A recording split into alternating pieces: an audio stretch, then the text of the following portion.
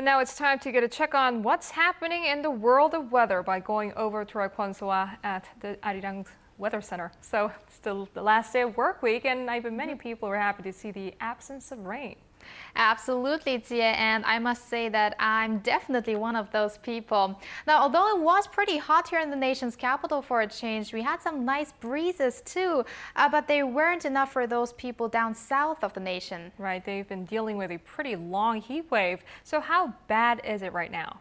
Well, Jie, in parts of Gyeongsang province, the heat wave advisories have been upgraded to warnings, and this includes cities like Gyeongju, Miryang, and Daegu. And the heat wave is going to continue throughout the weekend in most parts of Gyeongsang province, but also in parts of Jeolla province.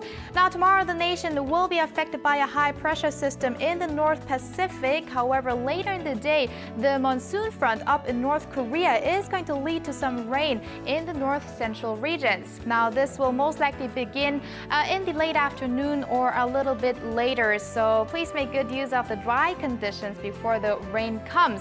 Meanwhile, for the people in the hottest places down south, you will have to wait for the monsoons to arrive next week. So yes, the scorching hot temperatures will linger for a while. So let's go over to the numbers here. It won't be too bad in the capital with a high of 29 degrees, but extremely hot in Daegu at 35 degrees, while Gwangju and Busan top out at 32 and 30 degrees respectively. And let's move over to Daejeon and Jeju, which will both begin in the mid-20s but reach the low 30s later in the day, while Dokdo and Myeongkimgang remain in the 20s throughout the whole day.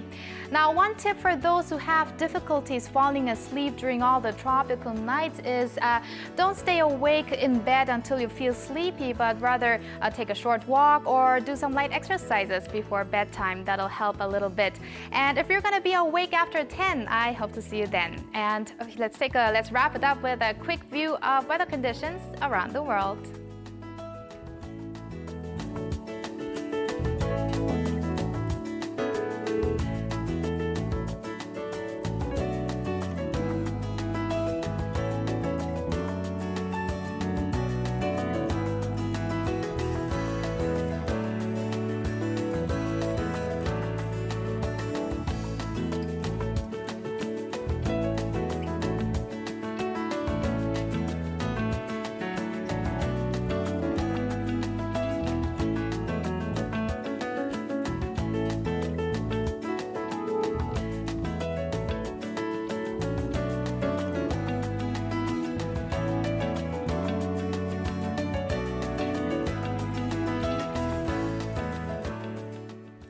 And that's our broadcast on this Friday night. I'm Yoo Ji-hye in Seoul. Join us again for more news updates on our primetime news at 10 p.m. Korea time. So see you then.